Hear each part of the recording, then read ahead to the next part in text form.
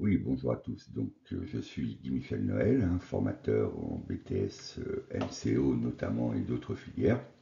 Et aujourd'hui, je vais vous présenter comment réaliser la fiche numéro 2 du bloc 2, la matière E42 en BTS MCO, organiser l'espace commercial.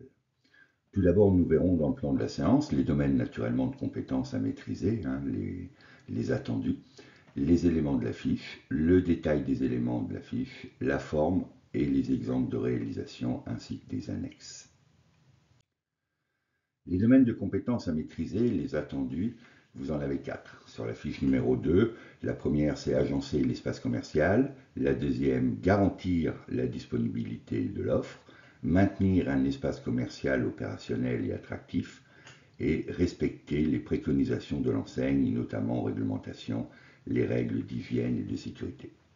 Là, vous voyez sur la vidéo, ce sont les compétences colonne de gauche et colonne de droite, vous avez les contenus des domaines de compétences. Dans cette colonne, vous pouvez choisir les actions correspondant à la compétence principale que vous devez mener. Si je prends un exemple pour la première compétence, agencer l'espace commercial, il est possible que vous preniez uniquement agencer l'espace commercial physique ou virtuel dans votre optique client et assurer l'information et le repérage du client dans l'unité commerciale. Vous pouvez en choisir une ou deux. Là, moi, pour l'exemple, j'en ai choisi deux. Pour garantir la disponibilité de l'offre, vous pouvez très bien vérifier la disponibilité des produits en magasin ou en ligne. Parce que naturellement, cette fiche, elle s'adresse aussi bien pour l'espace commercial physique ou virtuel. Ensuite, les éléments importants de votre fiche, c'est notamment le cartouche, dans lequel vous indiquerez vos coordonnées précisément, nom et prénom, et l'unité commerciale, nous le verrons plus tard. Ensuite, le contexte dans lequel l'action a été menée, la durée de l'action, devant inclure évidemment la phase préparatoire, la phase du déroulement de l'action, et évidemment la phase de suivi et d'analyse de l'action. Vous indiquerez aussi le degré d'autonomie dont vous avez disposé pour la réalisation. Ensuite, vous y fixerez les objectifs qualitatifs et quantitatifs, la méthodologie qui a été mise en œuvre pour la réalisation de la fiche, ainsi que les moyens techniques, technologiques dont vous avez disposé pour la réalisation et les besoins de la fiche. Vous y indiquerez ensuite les résultats obtenus, qui naturellement devront être en fonction des objectifs fixés. Ensuite, vous y analyserez les écarts entre évidemment les résultats obtenus et les objectifs, et puis vous indiquerez ce que l'action vous a apporté à vous personnellement. Le détail des éléments de la fiche, c'est notamment le cartouche. Comme je vous l'ai indiqué, vous devrez y indiquer clairement vos noms et prénoms, ainsi que les coordonnées précises de l'unité commerciale dans laquelle vous avez effectué soit votre alternance ou soit votre stage. Ensuite, vous avez le contexte dans lequel l'action a été menée. Vous y expliquerez précisément, mais de façon claire, pourquoi vous avez mené cette action, pourquoi éventuellement votre tuteur vous l'a demandé. Moi, j'ai mis un exemple. Après la période de Covid-19, mon tuteur m'a demandé de réaliser une nouvelle implantation de mon rayon pour le rendre plus attractif, par exemple. Vous avez ensuite la durée de l'action. La durée de l'action est importante. Le jury doit comprendre quel a été le timing que vous avez mis en place. Là, c'est intéressant. Vous pouvez utiliser une frise et vous indiquerez les trois étapes. La première qui est la phase de réflexion. Ensuite, la phase de déroulement, c'est-à-dire l'action. Et ensuite, la phase d'analyse. Le jury a besoin de comprendre comment vous avez fonctionné. Ensuite, vous y indiquerez votre degré d'autonomie. Soit vous avez réalisé l'action seul, en termes d'initiative, de réflexion et de déroulement, ou bien vous avez eu une autonomie partielle, l'un ou l'autre. L'un plus l'autre aussi. Vous fixerez les objectifs quantitatifs et qualitatifs. À ce sujet, j'ai fait une vidéo intéressante où j'y explique la méthode SMART inventée par Peter Drucker. Les objectifs qualitatifs, je rappelle, non mesurables, et les objectifs quantitatifs obligatoirement chiffrés. Ensuite, vous y indiquerez la méthodologie que vous avez mise en œuvre pour réaliser l'action. Vous détaillerez toutes les étapes de la méthodologie, hein, notamment en reprenant les 3 étapes de réflexion, déroulement et d'analyse. Pour cela, je vous suggère d'utiliser le diagramme de Gantt. Vous trouverez sur ma chaîne YouTube une vidéo sur le diagramme de Gantt que j'ai analysé pour vous, que j'explique pour vous, avec notamment une amélioration que j'y apporte depuis 35 ans. Pour finir un petit peu les détails des éléments de la fiche, vous y mettrez les moyens techniques et technologiques utilisés. Vous avez certainement la maîtrise du pack office de Microsoft, vous avez en interne de votre point de vente ou du réseau dans lequel vous faites votre alternance ou votre stage, des logiciels, des moyens qui sont mis à votre disposition qui peuvent vous aider à réaliser votre fiche. N'hésitez pas à vous rapprocher de votre tuteur, il est là pour vous accompagner dans votre succès. Après, vous avez les résultats obtenus. Il n'y a pas d'action sans qu'on y ait fixé des objectifs et évidemment sans, après qu'elle ait été réalisée, que l'on obtienne de résultats. Soyez précis, les résultats obtenus doivent reprendre les objectifs fixés, qu'ils soient qualitatifs et quantitatifs. Une fois les résultats obtenus que vous avez par rapport aux objectifs que vous êtes fixés, maintenant il s'agit d'en mesurer les écarts. Les écarts, je vous renvoie aussi à vos cours de gestion opérationnelle qui vous permettent de mesurer des moyennes, des statistiques, des écarts, des pourcentages entre toujours le résultat obtenu et l'objectif fixé. Pour cela, utilisez Excel, qui est un fabuleux outil et qui vous permet de réaliser des graphiques. Ensuite, ce qui est important, notamment pour vous, et pour que le jury comprenne quel a été l'apport de votre travail dans l'entreprise, c'est aussi votre capacité d'auto-analyse. Vous expliquerez ce que l'action vous a apporté, quels sont les avantages, les inconvénients, ce qui vous a plu et déplu, et puis surtout, demain, si vous deviez la refaire, comment feriez-vous, quels seraient les apports différents que vous mettriez à la réalisation de cette action. L'autocritique est toujours intéressante. Ensuite, moi je vous suggère que la présentation de votre fiche, vous la fassiez sous forme de paysage. Vous avez 2 possibilités en mise en page, le paysage et le portrait. La forme paysage est intéressante parce que vous pouvez l'illustrer. La fiche sera plus claire.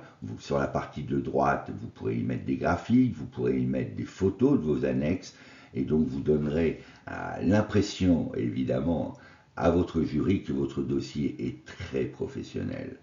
Le jury, à n'en pas douter, appréciera. Maintenant, nous allons passer à un exemple de fiche, toujours pour votre matière E42, le bloc 2, BTS-MCO. Là en haut, vous voyez le cartouche d'un candidat, j'ai mis mon nom, l'unité commerciale.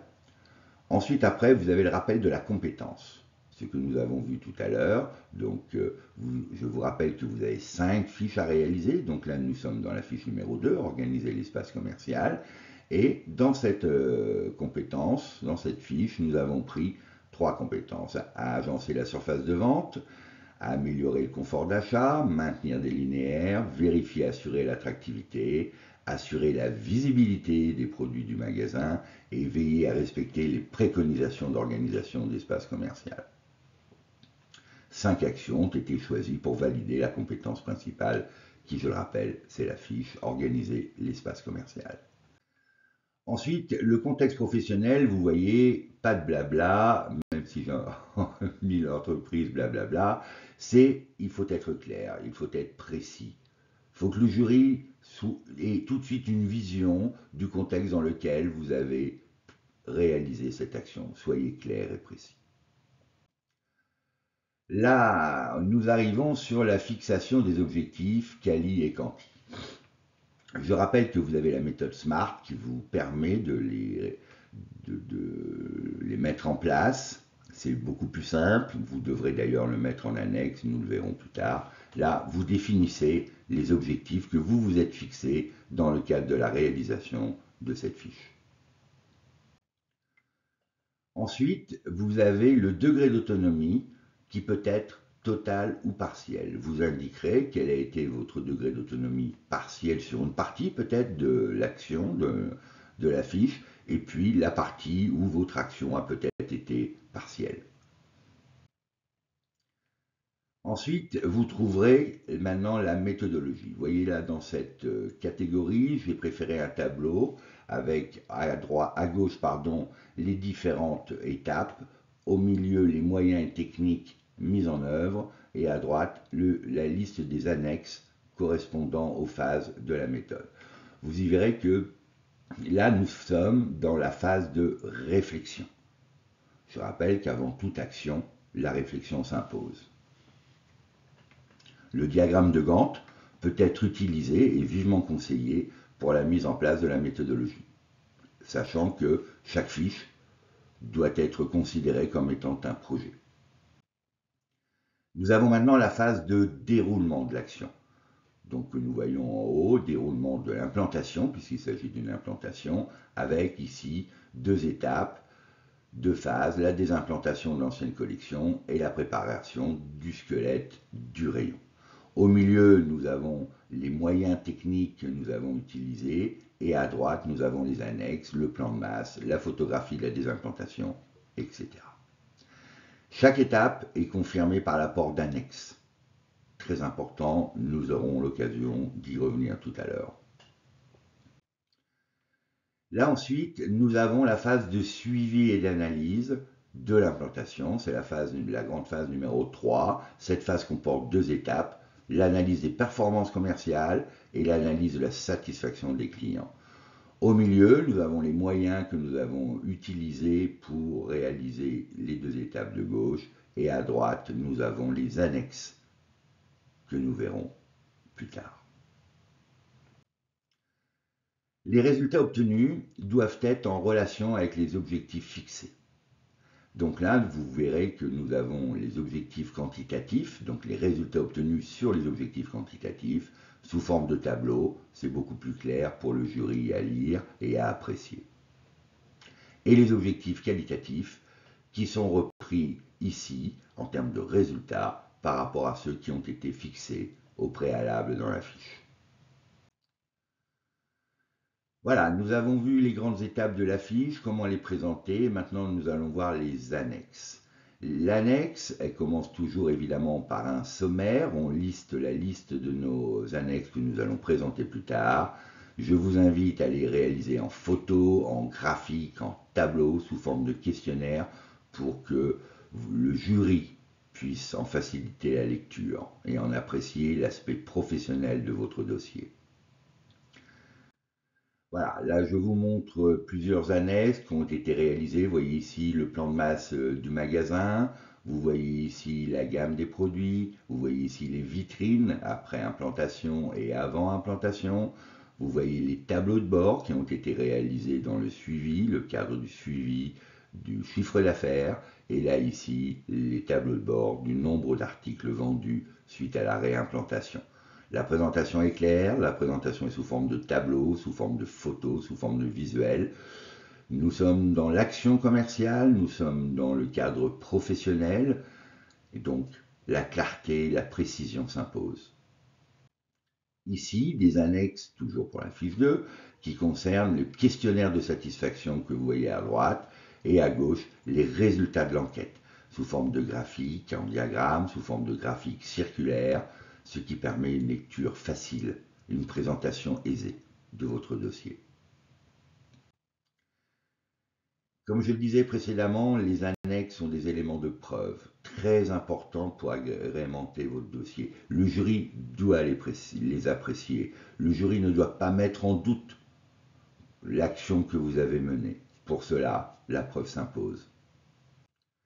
Voilà, aujourd'hui, vous savez faire la fiche numéro 2 de votre programme, matière E42, donc du BTS MCO, ce que l'on appelle le bloc 2. N'oubliez jamais que la clé de votre réussite, c'est naturellement vous-même. Je vous dis à très bientôt. N'hésitez pas à me suivre sur la chaîne YouTube. Vous aurez des vidéos sur naturellement les autres fiches. N'oubliez pas qu'il y en a 5.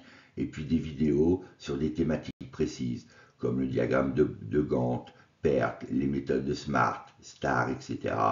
Vous aurez un programme très très riche pour accompagner votre réussite. À très bientôt et n'hésitez pas à vous abonner si vous le souhaitez naturellement, à commenter ou tout tout simplement à liker. À bientôt, portez-vous bien surtout, c'est là l'essentiel.